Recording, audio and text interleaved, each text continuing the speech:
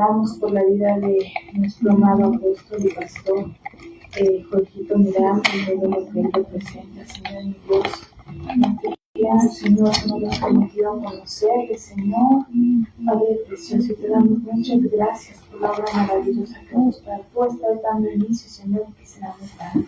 Bendícelo, Señor, sé tú hablando a través de él, Señor mi Dios, y a través de tu palabra, Señor. Sí, Señor. Aprendiendo de ti, aprendiendo de ese gran amor que tú tienes para nosotros. Bendecimos la vida de nuestro amado apóstol y pastor, Jorgito Miranda, y estamos en tu presencia, Señor. En nombre de Cristo Jesús, amén y amén. Amén. Ministranos y enséñanos. Por lo demás, bienvenidos, gracias a Dios por la vida de cada uno de nosotros que podemos estar reunidos ya en este lugar, ¿no? Y adorar al Señor. También saludar a quienes se están uniendo a través de la transmisión de Facebook. Gracias porque siempre que les llega la notificación de nuestros envíos, ustedes están ahí pendientes. Así que gracias.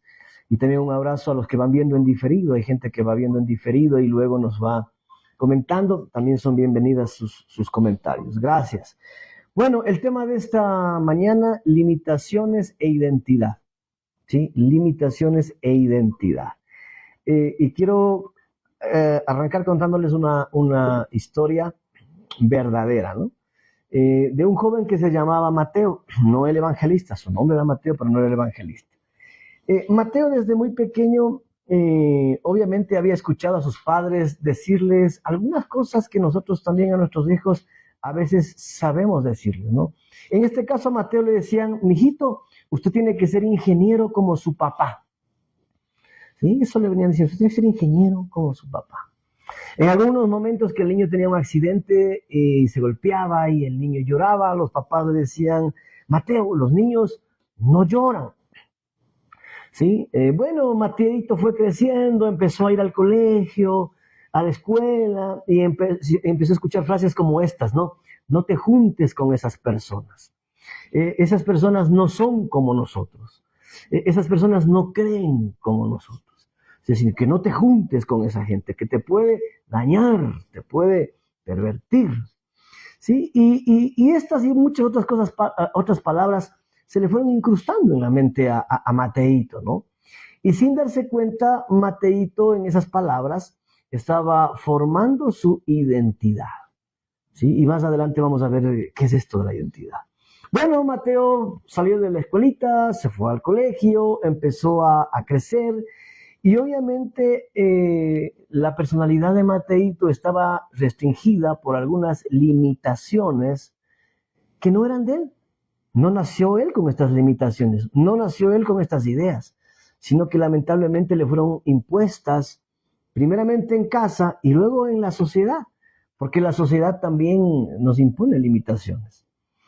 De hecho, a Mateo de niño le encantaba pintar.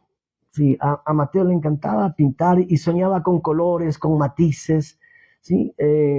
Pero eso se fue perdiendo porque le dijeron: tienes que ser ingeniero. Y no debes perder el tiempo con pinturitas y cosas como esas.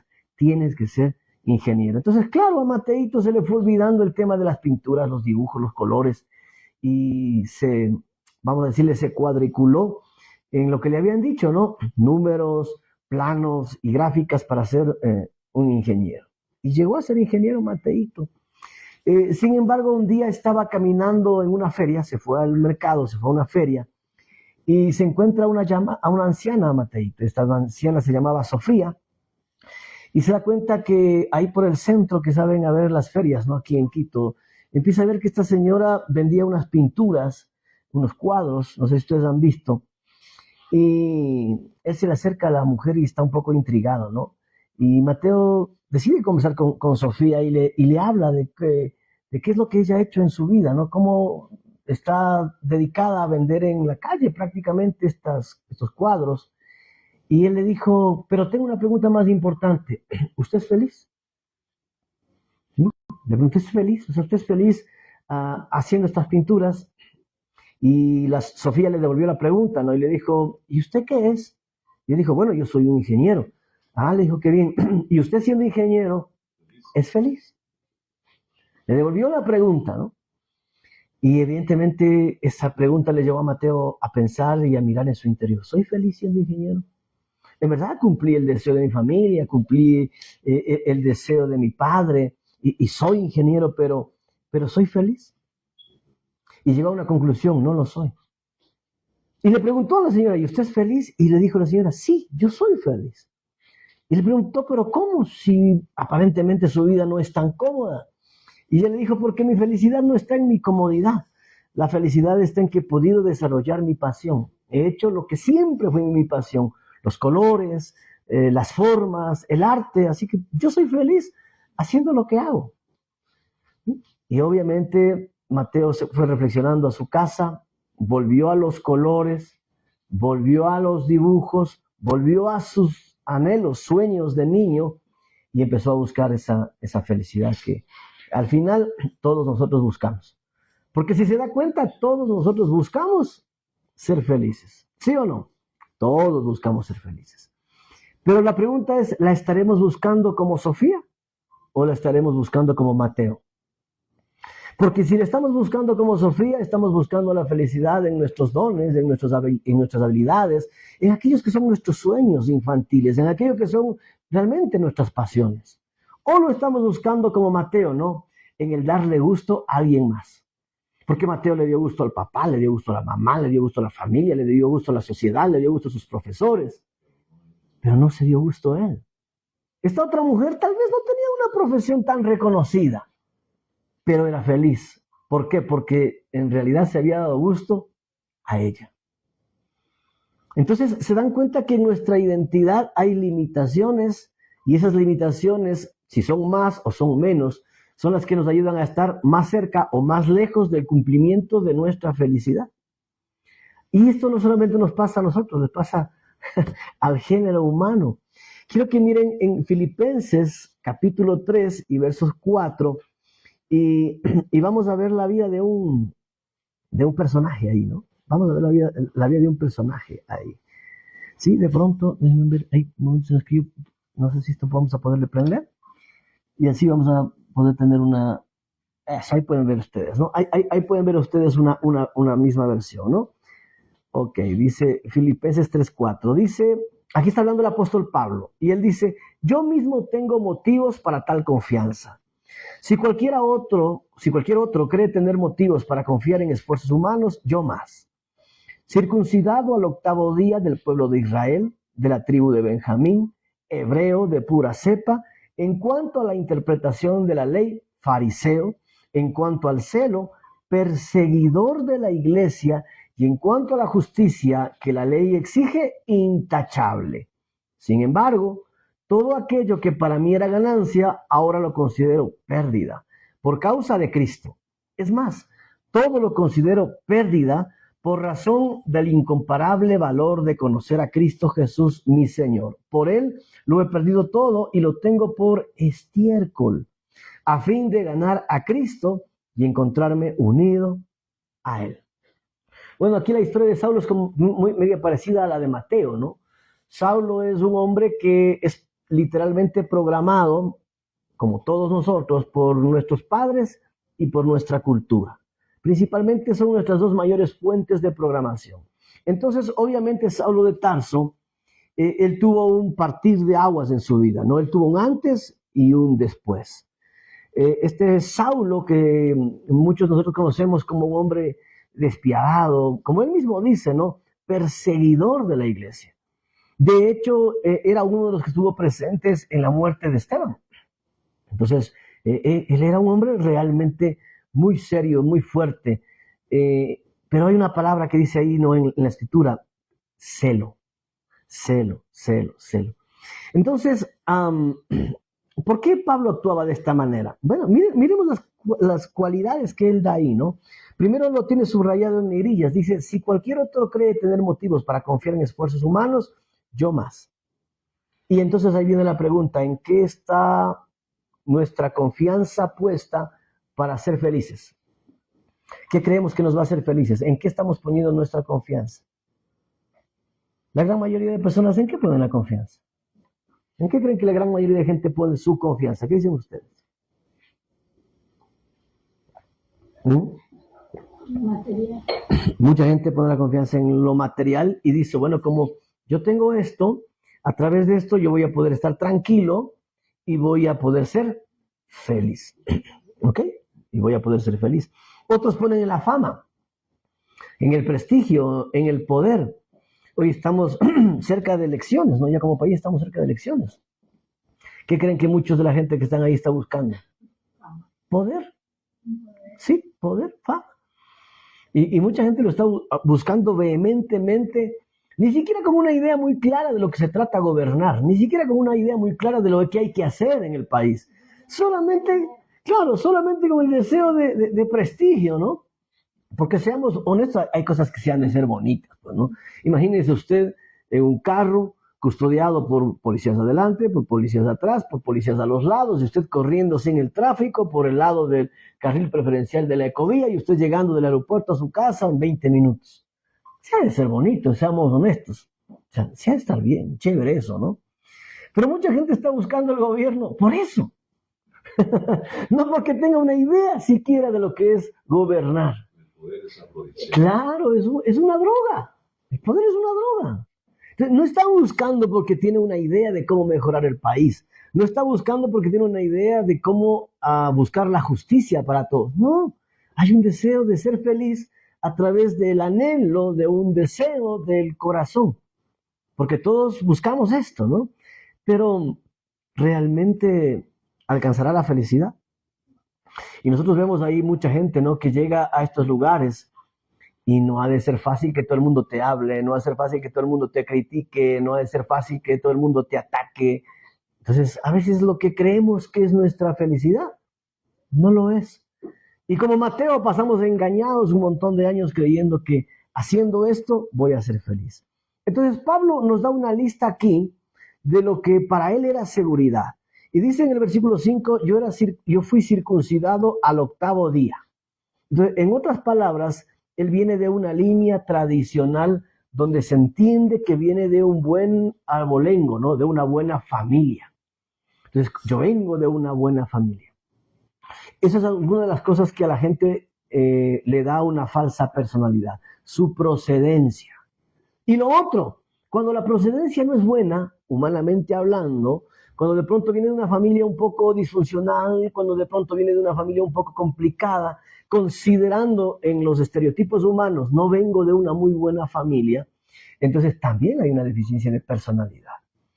Porque obviamente se siente que tiene menos oportunidades, se siente que tiene menos capacidades, a veces siente que no es digno de A, B o C cosa, ¿sí? Dice, de pronto yo fui un error en el calendario de mi mamá, de pronto yo fui una noche de pasión de mis papás y bueno, aquí estoy ya, me tocó vivir y por eso estoy aquí. Aunque la Biblia nos dice otra cosa, ¿no? La Biblia nos dice que aún dentro del vientre de nuestra madre el Señor estaba ya haciendo cada uno de nuestros días y ya nos había establecido un propósito de antemano en Cristo. Entonces nadie de nosotros está aquí por casualidad, nadie de nosotros está por una mala cuenta en el calendario. Y hay gente que dice que, Jorge, yo vengo a ver, hay gente que me ha dicho, ¿no? En reuniones de consejería o de coaching, me ha dicho, es que la verdad mi madre a mí me contó que yo vengo de un abuso, ¿no? Entonces, yo vengo de un abuso, no conocí a mi padre, entonces yo vengo de un abuso de mi padre a mi madre. Y ese origen a la persona ya le marca, o ya cree que le ha marcado. Y dice, o sea, no, yo no estoy en las mismas condiciones de aquel, o yo no estoy en las mismas condiciones de él, que él sí tiene una familia, que sus padres sí están casados, y la persona empieza a convencerse de que no es lo suficientemente bueno, o de que no es lo suficientemente digno, y eso empieza a controlar su vida, y empieza a controlar sus decisiones. En el caso de Pablo dice, bueno, yo estaba circuncidado al 8º día, o sea, él dice, familiarmente, checklist, perfecto. Estoy bien. Luego dice, del pueblo de Israel. O sea, él se sentía un privilegiado, como la gran mayoría de judíos se sienten o se sentían en aquel entonces, porque decían, nosotros somos los herederos de la promesa. Nosotros somos los herederos del cielo. Nosotros somos los herederos de Dios. Sí, lamentablemente se equivocaron porque solo leyeron la mitad de la promesa y no la otra mitad, ¿no? Porque esta promesa nace en Abraham y les dice Dios a Abraham, le dice a Abraham, ¿no? En ti, primero da una promesa, le dice, yo voy a hacer de ti una gran nación y voy a multiplicar tu descendencia, ¿sí? Y ahí se cogieron los judíos y dijeron, amén, eso es nuestro. Y es cierto, eso es de ellos. Pero ahí no acabó la promesa sigue. Y le dice, y yo a través de ti bendeciré a todas las naciones de la tierra. Y esa es la parte que los judíos ya no quisieron leer, ¿no? Y ellos se apoderaron de la promesa y despreciaron al resto de las naciones de la tierra. Y consideraron que las naciones de la tierra eran gentiles o incircuncisos. A tal punto llegaba esto que en los tiempos bíblicos los judíos no comían con extranjeros, no saludaban con extranjeros, no se sentaban junto a un extranjero y peor hacían negocios con un extranjero. La única forma de que ellos se relacionaran con un extranjero era que este extranjero adoptara su cultura y su religión. Entonces, si este extranjero no aceptaba la cultura y la religión judía, ellos saben cómo les llamaban, y de hecho lo pueden encontrar en el Evangelio, ellos les llamaban perros. ¿Se da cuenta entonces ahora el otro lado de una cultura? El creerse que son privilegiados, el creerse que son exclusivos, el creerse que son únicos, porque malentendieron algo. Y a veces esto también nos pasa en las religiones. Jesús cuenta la historia de dos hombres que estaban orando, ¿no? Y el uno le decía, Señor, ten misericordia de mí, porque soy pecador, porque pecador fui concebido. Y el que estaba al lado le miraba con desprecio y le decía, gracias Señor, porque yo no soy como este pecador. Yo ayuno una vez por semana y cumplo la ley. Esto nos pasa a veces en las religiones. O bueno, les pasa a las religiones, porque ni yo ni Vino Nuevo somos una religión. Nadie es mejor que nadie. Nadie es peor que nadie. Nadie está en mejores o en peores condiciones. Todos hemos sido herederos de algo que Jesús por gracia nos entregó en la cruz, que es la salvación, y por algo que Jesucristo lo consiguió cuando fue impartido, que fue la salvación. La salvación no es algo que nosotros nos ganemos por obras, por méritos, por esfuerzos. La salvación es algo que nos fue regalado de parte del Señor. De hecho, Romanos capítulo 5, todo el capítulo 5 de Romanos, nos habla de esto. Y dice, si por un hombre, que era Adán, dice, si por un hombre entró la muerte al mundo y todos pecaron. También dice, por un hombre, sí, todos fueron hechos salvos.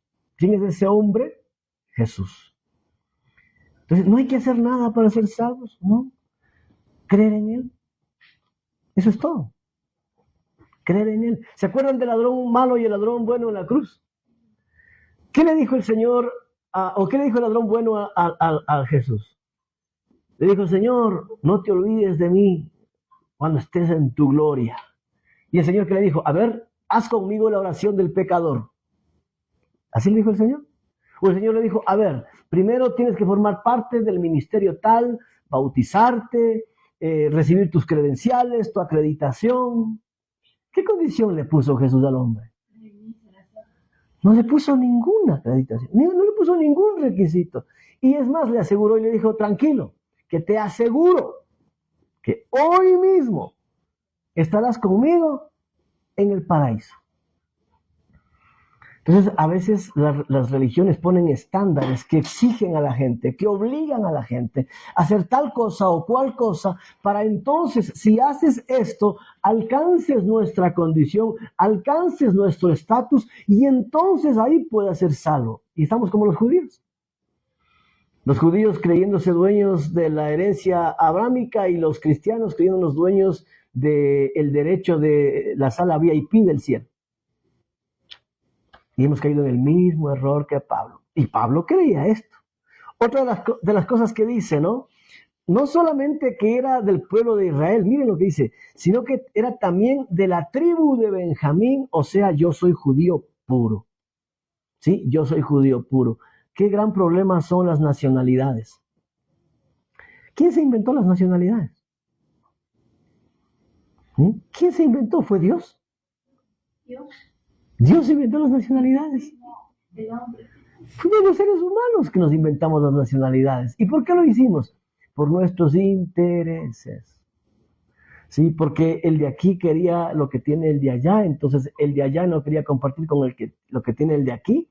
Entonces él formó un ejército, los de allá formaron un ejército y a través de los ejércitos a poner líneas imaginarias llamadas fronteras y cada uno a defender lo que cree que le pertenece. Y este planeta que Dios lo creó como una unidad, nosotros lo hicimos pedacitos, ¿no? Para repartirnos entre todos. Y encima a veces de lo que hemos compartido nos sentimos privilegiados y hay gente que no se siente privilegiada, sino que también se siente afectada. Mire, todo esto es ilusión, todo esto es falso, pero es tan real para las personas, ¿verdad? Ahora, seguimos leyendo y dice, y en cuanto a la interpretación de la ley, fariseo. O sea, ¿qué significa fariseo? Hoy para nosotros suena feo, ¿no? Fariseo, este es un hipócrita, este es un falso. y en cierto punto sí es cierto, pero el fariseo para este tiempo era una persona con estudios. Eso era un fariseo para este tiempo. No todas las personas tenían acceso al estudio. Entonces, esto era un privilegio de algunos pocos, ¿sí? Entonces, Pablo, él tuvo ese acceso al estudio y como si estuviésemos hablando de hoy de universidades, ¿no? ¿A qué universidad se fue a estudiar Pablo? Él dice, bueno, yo fui estudiante de Gamaliel. Y Gamaliel era un hombre de mucho prestigio en medio del Sanedrín. El Sanedrín era un grupo de gobierno donde se gobernaban los judíos. Entonces, Gamaliel era uno de los nobles de esta asamblea, de esta eclesía de judíos. Y este Gamaliel fue el maestro directo de Pablo, ¿no? Entonces, él decía, no, yo en cuanto a la ley soy fariseo. O sea, en otras palabras, lo que mucha gente hace, ¿no? Ingeniero tal, licenciado tal, pastor, apóstol, evangelista, profeta, wiji, lo que sea, ¿no? ¿Por qué? Porque ¿por qué antecede el título al nombre? Porque en el concepto cree que el título es el que le da valor al hombre. Olvidándose que no es el título que le da valor al hombre, es al revés. El hombre es el que le va a dar valor o le va a avergonzar al título. Porque quien pone primero el título y luego el nombre, cree que primero es el hacer y luego el ser. Pero funciona todo al revés. Primero es el ser y después es el hacer.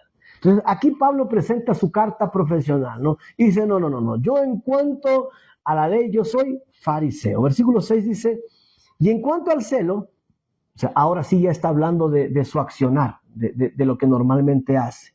Y en cuanto al celo, que dice, perseguidor de la iglesia. Esto es tremendo, ¿no?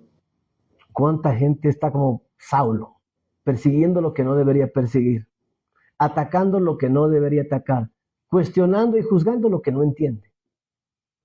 Porque Saulo, entendía al Señor, entendía por qué la iglesia hacía lo que hacía, entendía los cultos de adoración de la iglesia. Pablo no lo entendía. Él no tenía la oportunidad de entenderlo.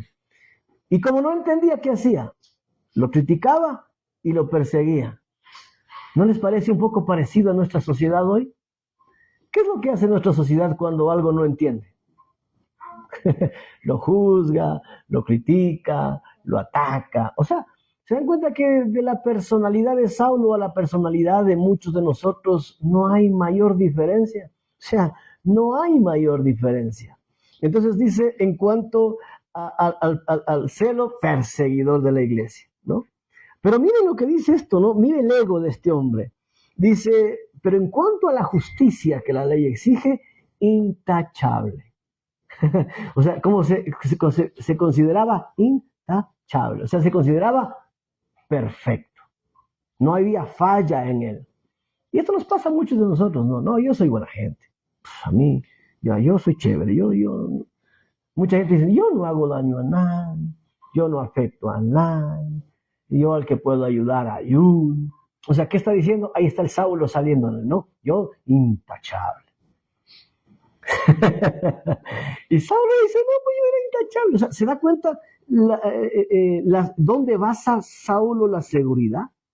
Y todo esto fue llegando o programando la vida de Saulo y se convirtió en su personalidad. Ahí tienen, entonces, ¿qué es la personalidad? ¿Qué es este tema de la personalidad? Dice, la personalidad es primero un conjunto de rasgos, dice el concepto, pensamientos, emociones, comportamientos que caracterizan a una persona. O sea, la personalidad es el conjunto de elementos que nos hacen a unos distintos de otros. Eso es personalidad. ¿Sí? Aunque espiritualmente, fisiológicamente y neurocientíficamente somos iguales, ¿sí? Tenemos algo que no nos hace iguales y nos hace diferentes, que es la personalidad, ¿no? Entonces, porque la personalidad determina la conducta. Entonces, obviamente, en nuestra personalidad y en nuestra conducta, nosotros no somos iguales. Entonces, mire, ¿cuáles son esos rasgos? Número 1 dice pensamientos, y ya vamos a ampliar esto. Número 2 dice emociones. ¿Se acuerdan la fórmula que hablábamos la semana anterior? Pensamientos más emociones, más voluntad, igual resultados. ¿Ok? Entonces, esta personalidad se caracteriza por esto. ¿Qué dice lo otro? ¿No? Es la forma en que una persona tiende a pensar. O sea, la personalidad parte de las formas en que nosotros pensamos sobre nosotros mismos y sobre los demás. ¿Qué es lo que nosotros pensamos? Dice, sentir o comportarse de manera consistente a lo largo del tiempo. Es de esas personas que dicen, así soy y así me de morir. ¿Sí? Esta es mi personalidad. Este es el que soy yo. Otros en un lenguaje más moderno dicen, lo que ves es lo que hay. ¿Ok? Y ya. O sea, dice, eso es todo, acabó, finito, ¿no? Pero en realidad no es cierto. En realidad hay mucho más que descubrir. Solamente que la persona a veces está inhabilitada de descubrirlo. Dice, la personalidad incluye patrones consistentes de comportamiento y maneras particulares de relacionarse con el mundo y los demás. O sea, como leemos el mundo y cómo nos comportamos con las demás personas, tiene que ver directamente con nuestra personalidad. ¿Por qué Pablo perseguía a la iglesia? ¿Y por qué su conducta era violenta? Porque había un ego en él, una creencia de sentirse superior, más bueno, más justo, más noble, porque eso es lo que él pensaba y eso es lo que él sentía. ¿Sí? Los judíos tienen una estructura de interpretación que se llama la cábala. ¿Han escuchado ustedes alguna vez esta palabra, la cábala judía? ¿No? Bueno, algún momento vamos a ir estudiando. Y en esta cábala judía, ellos tienen 3 pensamientos. Ellos dicen que los seres humanos tenemos 3 formas de pensar. Número 1, el más bajo de nuestros pensamientos, ¿sí? Le llaman el pensamiento gastrointestinal. O sea, en otras palabras, no con el estómago. Dando a entender que ese es nuestro pensamiento automático o instintivo. Le pongo un ejemplo. Usted está caminando por la calle y oye un disparo. ¡Pum! ¿Qué hace usted? Correr. Lógico, correr. Lo primero que hago es correr.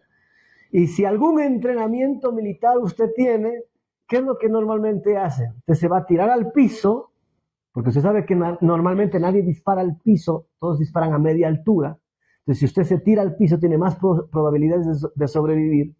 Y lo segundo, va a reptar para poder ponerse detrás de un objeto sólido. Entonces, si usted no tiene ningún tipo de entrenamiento militar, corre. La mala noticia, esos son los primeros muertos. Esos son los primeros muertos, los que corren.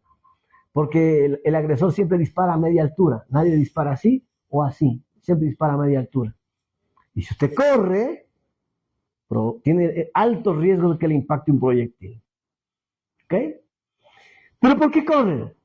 Usted no hizo este pensamiento, no, a ver, corro, me tiro al suelo. No, usted actuó inmediatamente por instinto. Ese es el pensamiento visceral.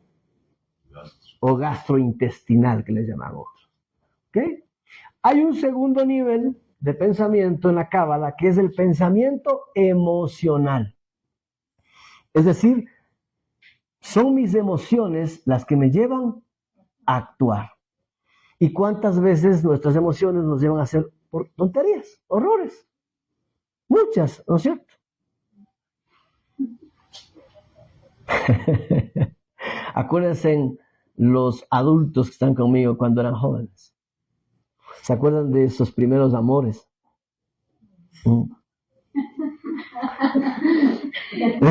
Les digo algo a las jovencitas. Sí, no me responda, pero les digo algo a las jovencitas. Ya le han dicho a su mamá, no te irás por los lados oscuros. Ya le ha dicho a su mamá, no te irás por los oscuros. Se ríe, Ale. ¿Sabe por qué le ha dicho? Porque ella ya estuvo en el lado oscuro en un rato, entonces ya tiene una experiencia. Por eso, claro, por eso le digo, no vayas. Me va entendiendo, o sea, ya tiene, no vayas. No le está diciendo porque le quiere dañar el momento, ya tiene una experiencia, ¿ok?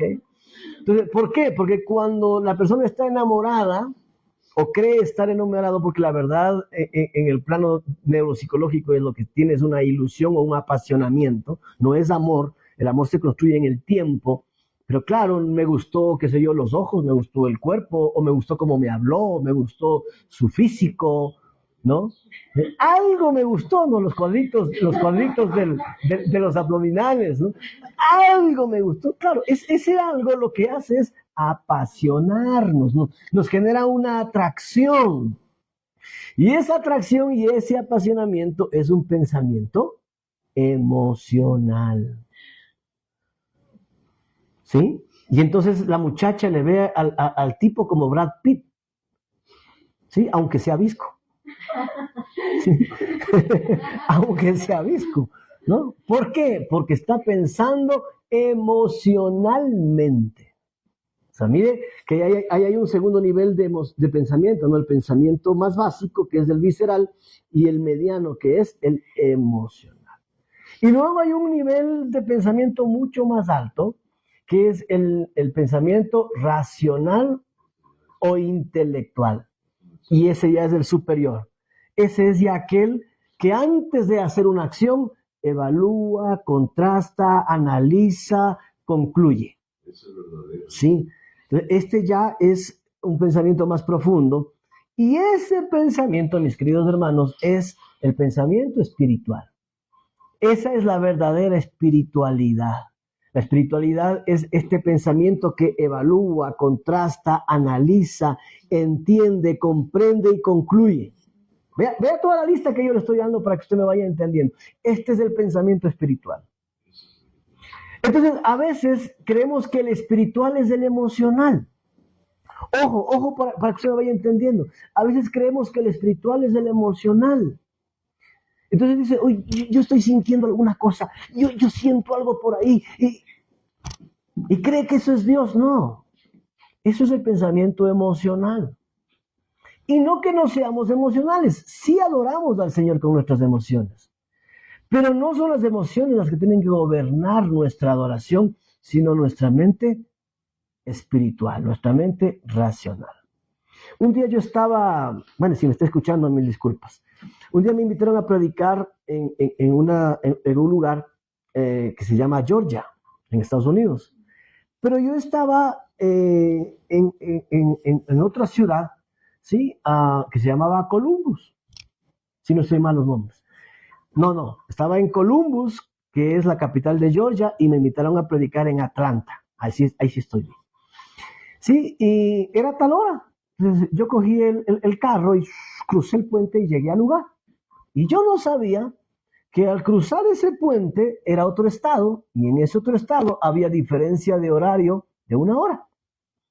Entonces, cuando yo llegué al auditorio, pues estaba 1 hora antes. Y yo llegué y no había nadie, hermano. Yo, ¿qué pasó? Entonces entré. Cuando entré, estaban los músicos preparando el evento. Entonces les expliqué y me dijo, sí, claro, pase nomás, pastores. Me senté, sentado, mirándoles a los músicos preparar el ambiente, ¿no? en la ecualización del auditorio había una saturación de bajos. O sea, el bajo era demasiadamente fuerte, vibraba el subwoofer del bajo, ¿no? Entonces, yo de metidito, pues me fui a hablar con el del sonido, ¿no? Y le digo, oiga, hermano, una curiosidad nomás. Me dice, sí, pasó. ¿No le parece que está un poco saturado el bajo? Y él me dice, sí, claro que está saturado el bajo, pastor. Dice, lo que pasa es que esto, cuando empiece la hora del evento, esto se va a llenar. Y el bajo hace que las entrañas del ser humano vibren. Ojo este conocimiento. Las frecuencias vibratorias bajas hacen que el interior de la persona vibre. Y cuando vibran el interior de las personas, la gente se pone emocional, la gente se pone eufórica. Le dije, bueno, está bien. Y así fue.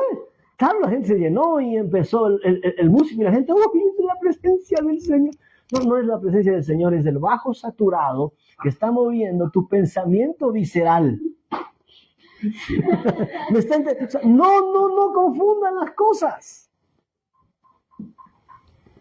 Entonces, muchas cosas se manipulan, muchas cosas de buena intención o de mala intención nos llevan a creer que esto es del Señor. No, aquí no hay bajos. La espiritualidad, hay puro alto nomás, 1,80 para arriba. La espiritualidad tiene que ver con nuestro pensamiento racional, que contrasta, que analiza, que evalúa, que conoce, que concluye y que define. Esta es la espiritualidad. Por eso dijo el Señor, la falta de conocimiento hace que mi pueblo perezca. O sea, ¿por qué el pueblo se muere o comete equivocaciones? Porque le falta esta mentalidad. Ahora, ¿podemos anular la mentalidad emocional? No. ¿Podemos eliminar la mentalidad visceral? No podemos eliminarla. Pero estas dos se gobiernan con esta. Ahora hágase la idea, dos niños, un gordo y un flaco jugando en un sub y baja. Todos hemos tenido un primo más gordito que nosotros, o nosotros hemos sido más gorditos que el primo. Pero todos hemos tenido, ¿no? Y cuando íbamos al sub y baja, ¿qué hacíamos, no? ¿Qué es lo que pasaba? El gordo se quedaba sentado abajo, ¿no? ¡Pum! Y en mi caso yo que era flaco, ¿no? Arriba colgado. Oye, quítate, déjame bajar. Y el primo gordo sentado abajo, ¿no? ¿Le ha pasado a usted eso jugando? Así pasa con las inteligencias. Igualito. Si usted a esta mentalidad le tiene flaca, si esta está flaca, ¿cuál va a estar gorda? La emocional va a estar gorda. La visceral va a estar gorda. Entonces, cuando están en el sub y baja, que la vida es un sub y baja, ¿quién cree que va a siempre estar gobernando la situación? La que esté más gorda. Si en esta mente no está la palabra de Dios, si en esta mente no está la sabiduría divina, si en esta mente no están los principios del carácter y de la personalidad de Cristo, entonces, ¿qué cree que estará gobernando? Mis pasiones, mis emociones, mis deseos, mis afanes, mis instintos, mis impulsos. O sea, en otras palabras, el viejo hombre o el hombre carnal. Este es el hombre carnal, el del impulso, el de la emoción, el del instinto, el del deseo. Este es el hombre carnal. ¿Cuál es el hombre espiritual? El que tiene la palabra, el que conoce principios, el que se mueve bajo límites, el que conoce las reglas, el que actúa coherentemente. Este es el espiritual. Entonces, ¿cuál es el problema con Pablo? Que es el mismo problema de cada uno de nosotros, ¿no? Que nosotros fuimos educados y crecidos en el instintivo. Sí, que nosotros fuimos crecidos o educados en el emocional. El niño le pide un caramelo. Mire, para comprobarle esto, el niño le pide un caramelo, un helado, un chocolate, está gripado y quiere un helado. Y usted le dice al niño racionalmente, ¿no es cierto? Le dice, no, mi amor, no te voy a dar helado porque tú estás agripado y eso te hace daño. ¿Y qué hace el niño? Le dice, ok, papá, muchísimas gracias, no hay ningún problema. Cuando me cure hablamos. Así le dice el niño. El niño actúa de forma emocional y visceral. No, yo quiero helado, yo tengo que dar un helado, a mí no me importa que estoy enfermo, yo quiero un helado. actuó emocional y visceralmente. ¿Por qué? Porque así nacimos todos. Todos nacimos ya activado el instinto. Todos nacimos ya activado el instinto y todos nacimos ya activado el deseo. Ojo con esto. Todos nacimos activado el instinto y todos nacimos activado el deseo. Todos nacimos activados. ¿Qué fue lo que no nacimos activados? El análisis y el pensamiento profundo. Este no es el que nacimos activo. A este hay que entrenarlo, formarlo, enseñarlo. Por eso es que Pablo también nos dice en Romanos 12, ¿no? Por favor, no se amolden al mundo actual. No se conformen con este siglo, no se conformen con este mundo. Porque las personas que se conforman con este mundo son las que están utilizando el pensamiento emocional o el visceral. Esas son las de este mundo. Yo quiero, yo deseo, a mí me gusta, yo anhelo. ¿Por qué? Porque sí. O sea, no hay un análisis. ¿Puedes fundamentar lo que quieres? ¿Puedes fundamentar lo que crees? ¿Puedes ponerle una base a tus creencias? ¿O es que dice, no, pues yo creo así porque así me dijo el pastor, ¿no? Nada, hermano. Por favor, si usted va a imitar a alguien, imite a Cristo. O sea, si usted va a imitar a alguien, imite a Cristo, porque ¿quién usted ve delante de usted en este caso que soy yo su servidor? Nada, también estoy en mi lucha, también estoy evolucionando, también estoy creciendo, también tengo momentos emocionales, también tengo momentos viscerales, así que no me vaya a poner en un pedestal, porque después caerse de ese pedestal es feo. Soy un ser humano tal y cual como usted, con el único, vamos a llamar así, con la única bendición del privilegio de que el Señor nos ha entregado un llamado para poder guiar a otros al conocimiento del Señor. Más nada. Por eso es que lo que cantamos hoy, ¿no? La gente que está en la transmisión, nosotros tenemos un tiempo previo, solamente les ponemos la enseñanza. Pero mientras ministrábamos, cantábamos una canción, ¿no? Yo quiero más de ti. Sí. Quiero menguar, o sea, en otras palabras, yo desaparecer para que tú aparezcas. ¿Ok? Entonces, miren, todos nacemos con esta personalidad visceral y emocional. Entonces, el niño nace así. Y la gente piensa y dice, no, es que conforme va creciendo, ha madurado. Error. No es lo mismo madurez que vejez. No es lo mismo. Hay gente que ha envejecido, pero no ha madurado. Y de hecho les comento algo. Más posibilidades tiene de madurar la mujer que el hombre. Así que los hombres tenemos que esforzarnos. Los hombres tenemos que esforzarnos. La mujer madura de manera más natural y de manera más rápida. El hombre siempre sigue siendo niño. El hombre muchas veces se mantiene en la condición de niño. Así es. Sí, de hecho, la misma maternidad, sí, el mismo hecho de ser madre a la mujer le ayuda neurofisiológicamente a madurar más rápido, ¿no? Entonces, miren las parejas modernas. Yo digo, de otra manera está bien que las parejas de hoy más bien tengan perro y no hijo, ¿no? Por lo menos por un buen tiempo. Yo estoy de acuerdo con eso. En serio, en serio. ¿Por qué? Conozco parejas jóvenes con hijos que la mamá está cuidando al niño, atendiéndole, arreglando la casa, y el papá está jugando en el play. Él está en el play, en la computadora jugando. ¿Por qué? ¿Está criticando que juegue en el play? No estoy diciendo eso. Lo que estoy diciendo es que la mujer asumió roles de madre y él todavía está con roles de niño, de hijo. No ha asumido el rol de la paternidad. Entonces, a los hombres nos es más difícil madurar que a la mujer. La mujer madura más rápido. Por eso es que una chica que tiene 16, 17, 18 años busca parejas que sean por lo menos 2, 3 años mayor. Para más o menos, ¿no? Estar más o menos, estar en el mismo criterio. No.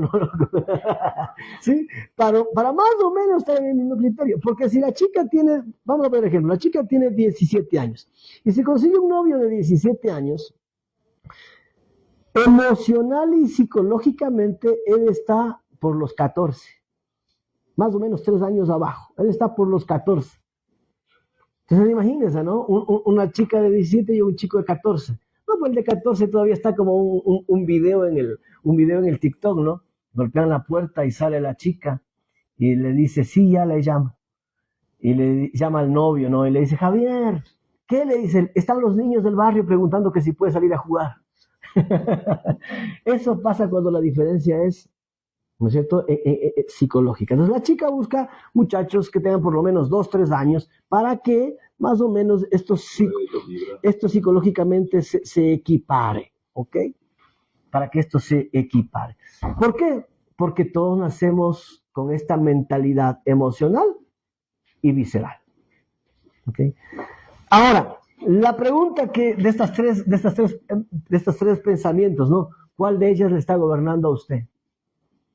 ¿Cuál de ellas le está gobernando o administrando a usted? Ahora, por supuesto, recuerden lo que yo digo, las tres siempre van a estar presentes, pero hay una que tiene que gobernar. Hay una que tiene que gobernar. ¿Vamos a dejar de tener impulsos? No. ¿Vamos a dejar de tener instintos? No, siempre van a estar ahí. Van a haber momentos donde nos vamos a emocionar y a través de la emoción queremos decidir. Sí, va a haber momentos. Siempre los vamos a tener, pero, si está gobernando la mente espiritual, la mente cognitiva, la mente racional, usted va a frenar. Si la mamá le dice, mira, fíjate bien, ese muchacho no vale la pena.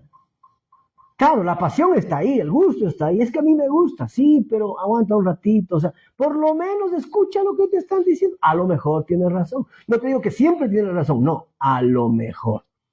Entonces, solamente escucha, observa, analiza, evalúa, comprueba y toma tu decisión, porque al final quien toma la decisión es él o la que se va a enamorar.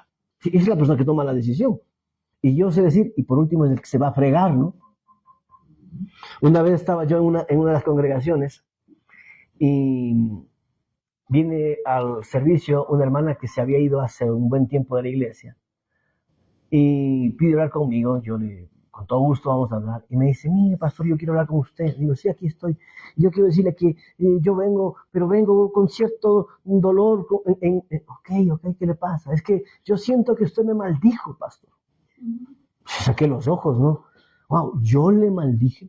Y me dice, sí, yo siento que usted me maldijo, pastor. A ver, explíqueme, ¿por qué dice eso? Porque usted me dijo, mira muchacha, ese hombre es un vago, ese hombre es un sinvergüenza, es tomador y te va a dar mala vida, no va a ser responsable, va a tener otras mujeres. Y todito lo que usted me dijo, todito se cumplió, pastor. O sea, ¿le maldije? Dije, no, hermano, no fue maldecirle. Lo que pasa es que yo estaba hablándole a su mente racional, pero usted decidió con la emocional. Ahora que ya pasó la pasión, ya pasó el fuego, ya pasó el deseo, entonces ya ahora también usted está pensando con la racional, con la mente racional. Y ahí se cayó en cuenta. Pero como siempre, ¿no? Adán, ¿por qué comiste? No sé, Eva. ¿Y Eva, por qué comiste? No sé, la serpiente. Y si le habría preguntado a la serpiente, ella habría dicho, no, Satanás. Y si le habría preguntado a Satanás, ¿qué habría dicho? No, Dios, ¿para qué me botó del cielo? O sea, al final siempre habría un culpable, menos el propio individuo. O sea, ¿se da cuenta del engaño de la personalidad? Entonces la gente a veces se cree madura, la gente a veces se cree con capacidades, la gente a veces se cree con habilidades, pero en realidad solamente está siendo engañada por una personalidad emocional, instintiva, sin racionalidad. Ese es el problema de la falsa personalidad. Entonces, ¿cómo le vemos a Pablo ahí? Lo que él estaba diciendo, no, yo soy esto, yo soy el otro, yo soy aquello, yo soy... ¿qué estaba hablando él? Él estaba hablando en su emocional y en su visceral. Con un ego, nada, pues no, más grande que él, hermano. Un ego más grande que él. Ahora, ¿sabe cuál es el problema? Déjenme ver dónde estoy. ¿Ya? ¿Sabe cuál es el problema? El problema es que Dios es un Dios de orden. ¿Sí? Y cuando hablo de orden, estoy hablando de procesos ordenados. ¿Sí? O sea, hay procesos ordenados y todo tiene un orden. ¿Se imagina que la Tierra hoy girará más rápido que lo que giró ayer? ¿O se imagina usted que la órbita terrestre hoy cambiara su capacidad magnética y decidiera girar más rápido o darse al otro lado? ¿Se imagina usted el caos que eso generaría en nuestro sistema terrestre? Entonces, las cosas están tan bien hechas, tan exactas, que todo gira en un proceso ordenado. Todo gira en un proceso ordenado. Entonces, ¿por qué creemos que con nosotros es distinto? Con nosotros no es distinto. En la vida hay orden, en la vida hay proceso. Entonces, si quieres garantizar el éxito, tienes que caminar en ese proceso, en ese orden. Entonces, cuando nos saltamos el orden y nos saltamos el proceso, ahí encontramos que estamos en grandes problemas. Y entonces Pablo, él dice, en el versículo que leímos, dice, al final todo esto yo considero estiércol. O sea, ¿qué es el estiércol? Abono. Pero más literalmente llamado popó. Para que todos me entiendan, caca. Eso dice el apóstol Pablo. Todo esto que era mi personalidad, o sea, lo que yo consideraba que yo era, llega un momento y dicen, para mí no vale nada, para mí vale estiércol, para mí vale popó, para mí no vale nada. Todo lo que yo creía que yo era, hoy considero que no vale nada. ¿Por qué? Porque él logró ver más allá del ego. Él logró ver más allá de la cultura. Él logró ver más allá de lo tradicional, de lo instintivo, de lo visceral. De hecho, él logró mirar lo espiritual. Y voy cerrando con esta parte, con esta primera parte del mensaje. Y quiero decirle que entonces nuestra personalidad nos condiciona el actuar. ¿Qué es condicionante? ¿Qué es algo condicionante? ¿Qué es condicionar? Mientras usted piensa, quiero que lea ahí 1 Timoteo 1:13. Dice, anteriormente, mire cómo habla de un antes, ¿no? Dice, anteriormente yo era un blasfemo, un perseguidor y un insolente. Ahora ya está hablando desde otra posición. En la posición anterior, ¿cómo le vemos hablando? Desde el ego, ¿no? Dice, ay, yo soy judío de cepa, yo soy perfecto, yo soy fariseo, yo soy intachable. O sea, estaba hablando desde una posición, desde la posición del ego, de la vanidad, del creerse perfecto, del yo, de la falsa personalidad. Pero en este verso estamos hablando, leyéndole al mismo personaje, pero este ya está hablando desde otra posición, ya no está hablando desde el ego, ya no está hablando desde la mente instintiva. Ahora él ya está hablando desde la mente racional. Y mire cómo dice, ¿no? Anteriormente yo era blasfemo, un perseguidor y un insolente. O sea, cómo empieza a reconocer, ¿no? Y aquí un paréntesis. Es que tienes que arrepentirte, es que tienes que reconocer. Y a veces creemos que el arrepentimiento o creemos que el reconocimiento de faltas es porque yo a alguien le juzgue, o porque yo a alguien le obligue, o porque yo a alguien no le doy una mala noticia. No hay tal. La única persona que puede darse cuenta que está haciendo mal es la misma persona. A ver, voy a repetirle eso. La misma persona que puede darse cuenta que está haciendo mal es la misma persona. ¿Cuándo? Cuando cambie de posición. Cuando cambie de posición. Yo les pregunto a ustedes, ¿qué ven aquí? ¿Qué ves? Una computadora, muy bien. Enfoquémonos un poco más. Pato, ¿qué ves aquí? Una laptop. Ana Juliana, ¿qué ves aquí? Una computadora. Una computadora. Ale, ¿qué ve? En donde usted está señalando es un cuadrado de marco de la computadora. Claro, la gran mayoría me dice, pues una computadora. ¿Por qué me dice que una computadora? Porque sabe que es una computadora. Pero yo estoy diciendo, no, ¿qué ve aquí? Aquí, ¿qué ve? Entonces, Ale me dice un marco. ¿Qué ves? La marca de la computadora. Un logo, ¿no es cierto? Un logo, un sello. O sea, en realidad si yo me paro aquí, yo veo que es una computadora, sé que es una computadora, pero si me dicen qué ve, yo no veo la computadora. Yo estoy viendo, como dijo Ale, un marco, un rectángulo, un cuadrado de color plomo que tiene un logo plateado en el centro. Es decir, les estoy hablando del poder de la observación. Ver y observar no es lo mismo. Suponer o comprobar no es lo mismo. ¿Sí? Interpretar. Claro, y ahí entra la interpretación. Bueno, ahí se queda para el próximo programa. pero quiero que entiendan esto. Entonces, ustedes lo que aquí están viendo es un rectángulo de color gris con un logo en el centro y hasta puede identificar que dice HP. Eso es lo que usted puede ver. No puede ver otra cosa. Lo demás ya interpretó, supuso, imaginó, pero no puede ver. Nos pasa lo mismo a veces. Vemos unas cosas y suponemos otras. Me parece que el hermano está enojado conmigo porque me vio raro. Me miró raro el hermano. Yo creo que algún problema tiene conmigo. Lo que pasa es que el hermano le picó una abeja y está el ojo hinchado y viendo medio visco, es lo que le pasa. No está viendo mal. Pues más adelante, el hermano creo que tiene algún problema conmigo. ¿Usted sabe de pronto por qué situaciones, problemas o dificultades el hermano está pasando?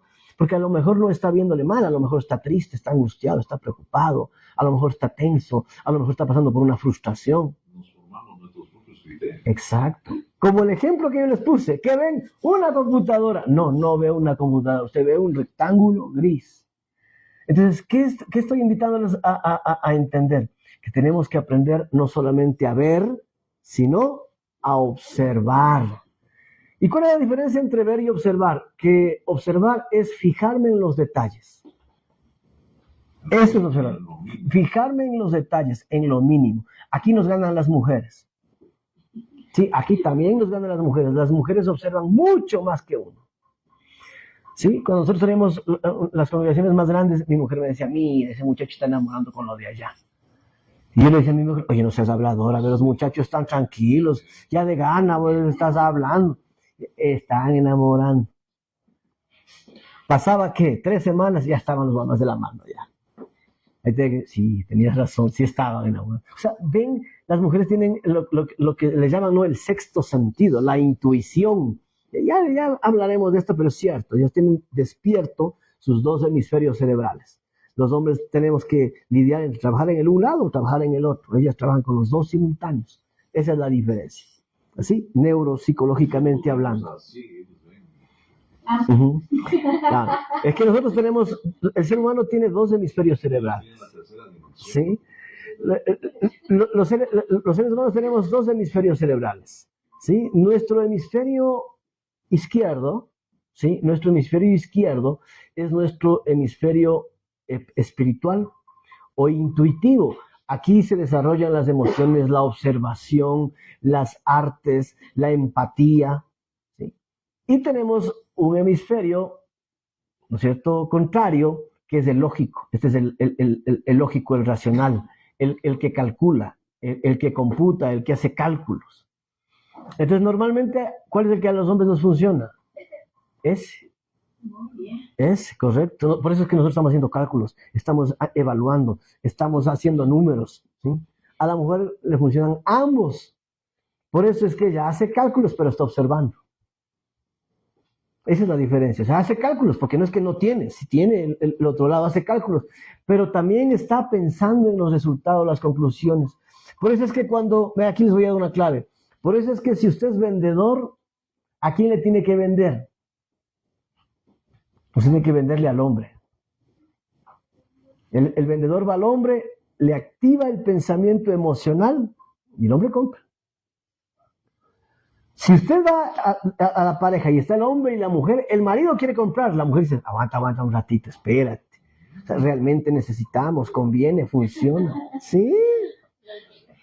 ¿Sí? Ahora, ¿cuál es el punto, no? Estoy hablando de mujeres que en mi caso es al revés, dice el pato. ¿Sí? ¿Ok? Ahora, ¿qué hace el vendedor de casas? Él sí le emociona a la esposa, por ejemplo. El vendedor de casas sí le emociona a la esposa. Le dice, mire esa cocina, para que usted haga sus reuniones e invite a sus amigas. ¿Sí? Entonces ya le lleva a trabajar en una visualización. Y por ahí va. Entonces, ¿qué quiero decirle con esto? Mirar y observar no es lo mismo. ¿Ok? No es lo mismo. Y entonces, Todas las personas tenemos un punto de vista que es verdad. Ojo, con esto cierro. Todos los seres humanos tenemos un punto de vista que es verdadero y por ende tenemos que respetarlo. Ahora, el hecho de que sea verdadero no significa que sea el mismo mío. ¿Qué vieron ustedes aquí con observación? Un rectángulo, plomo con una marca plateada en el centro que decía HP. ¿Sabe lo que yo estoy viendo en cambio? Yo veo teclas, ¿sí? Yo veo una pantalla, yo veo letras, yo veo símbolos. Ahora, ¿por qué? Tú viste más adelante. Porque yo estoy viendo desde otra posición. Claro, si yo veo desde otra posición, veo distinto. ¿Qué pasa si usted vendría acá y yo me siento? Exacto. Entonces, ahora yo empezaría a ver lo que ven ustedes y ustedes empezarían a ver lo que veo yo. ¿Por qué a veces queremos hacer las cosas solo por lo que yo veo o por lo que yo creo o por lo que yo pienso? Yo creo que es así y así hay que hacer. Es que yo veo que esto es así y así tiene que ser hecho. ¿Por qué queremos hacer las cosas solamente desde un punto de vista y no desde los dos? Eso le pasó a Pablo, ¿no? Yo era perseguidor de la iglesia. ¿Por qué? Por lo que él creía, por lo que él pensaba, por lo que él sentía. Por eso él era perseguidor de la iglesia. Hasta que el Señor tuvo que agarrarle y ponerle del otro lado y dice, ven a ver lo que los demás ven. Entonces cuando le hizo ver al Señor y el Señor le dijo, Saulo, ¿por qué me persigues? Ay, ahí identificó lo que no estaba identificando y cambió su forma de entender. Es como cuando hay un problema, siempre se le escucha a una persona, hay que escucharles a las dos personas. Correcto, porque si no se convierte en chisme. Si no, se convierte en chisme. Correcto. Entonces, espiritualidad tiene que ver con la mente que se amplía, que evalúa, que tiene principios, que tiene bases, que conoce el carácter de Dios y que contrasta sin invalidar. Yo no te invalido. No voy a invalidar, no voy a negar tu experiencia, no voy a negar tu conocimiento, no voy a negar tu deseo, no voy a negar tu anhelo. ¿Por qué? Porque sé que es lícito que lo tengas, es correcto que lo tengas, es normal que lo tengas. Lo único que tengo que hacer es invitarte y decirte, vente para acá, o sea, camina conmigo, ¿sí? Y mira desde otra posición. O sea, mientras tú estás mirando de otra posición, yo también voy a mirar lo que tú ves. Entonces, cuando ya yo miro desde tu posición y tú miras desde mi posición, ¿qué es lo que pasa? Empezamos a ampliar nuestras capacidades de comportamiento. Si no hacemos esto, siempre estaremos condicionados a actuar incorrectamente solamente por lo que yo pienso que es o por lo que yo creo que es. ¿Ok? Entonces, ¿de dónde viene nuestra identidad? ¿De dónde proviene nuestra identidad? Solamente de lo que yo creo, de lo que yo veo, de lo que yo entiendo, por lo que me fue formado, papás, cultura y entorno. Y si solo te mueves en esa personalidad, te vas a equivocar en la vida. Te vas a equivocar en la vida porque solamente serás instintivo y solamente serás emocional. Te vas a equivocar. Entonces, aquí la idea es que crezcamos, crucemos de lado, ¿no? Todos tenemos esas dos inteligencias, sí, todos tenemos, pero tenemos que cruzar de lado. O sea, el objetivo es que crucemos de lado. Cada vez que oramos, adoramos, meditamos, leemos la palabra, asistimos a un servicio, vamos a discipulado, ¿cuál es la intención? No es sentir, no, es desarrollar la mente espiritual para que puedas ver más allá de lo que normalmente estás viendo. Y usted haga un voto en su vida, ¿no? Que yo pueda mirar lo que las demás personas miran y que tenga la habilidad para que las demás personas, o desarrolle la habilidad para poder conducir a las personas a que miren ahora lo que yo miro. Y desde estas dos posiciones logremos tener acuerdos.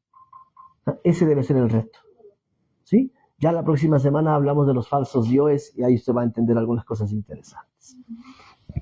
Oramos, terminemos este tiempo orando, en base a lo que hemos compartido. Ahí cierren sus ojitos solamente y dígale, papá, en realidad, ¿cuántas veces me he equivocado? Yo quiero reconocer aquí, decirte cuántas veces me he equivocado. Y me he equivocado, no por malo, no me he equivocado porque le he querido hacer el daño a alguien o cosas por el estilo. Me he equivocado porque dentro de la forma en que me programaron, creí que tenía la razón. Y muchas veces en mi razón invalidé la razón de otros. Muchas veces en mi criterio impuse el mío sobre el criterio de otros. Señor, como dice Pablo aquí, fui condicionado, mi falsa personalidad me condicionó a una forma de actuar. Y así como Pablo en su celo era perseguidor de lo que no entendía, muchas veces nosotros hemos juzgado, cuestionado, discutido con las personas porque no hemos entendido el por qué hace tal o cual cosa. Señor maravilloso, cuántas veces nuestros resultados no han sido otra cosa sino este impulso a actuar de forma emocional por lo que hemos deseado, por el sentir, porque lo que yo siento. ¿Y cuántas veces lo que hemos sentido no es real? ¿Cuántas veces lo que hemos sentido nos ha metido en problemas?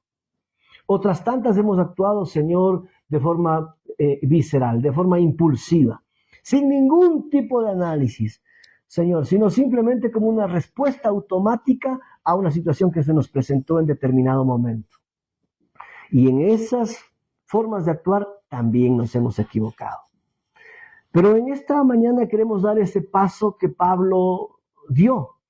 Y Pablo dijo, anteriormente yo era.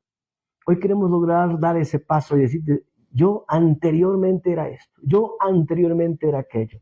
Porque en realidad mientras más identifiquemos lo que éramos y cuánto hemos avanzado, Señor, más crecimiento y más revestimiento del hombre espiritual estamos alcanzando. Así que, Señor, ayúdanos a caminar identificando los pensamientos, las creencias, los sentimientos también de las otras personas. Que no nos creamos dueños absolutos de la razón, que no nos creamos dueños absolutos de la verdad y que tengamos la capacidad de actuar de forma misericordiosa, aun cuando la otra persona creamos que está equivocado. Porque si está equivocado es por una falta de entendimiento.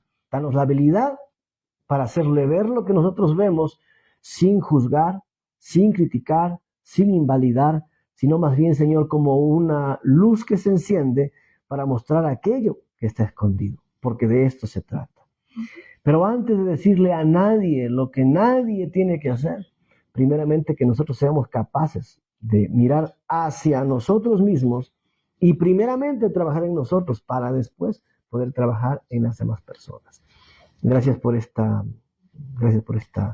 mañana, gracias por este tiempo de servicio, te agradecemos en el nombre de nuestro Señor Jesucristo. Amén y amén.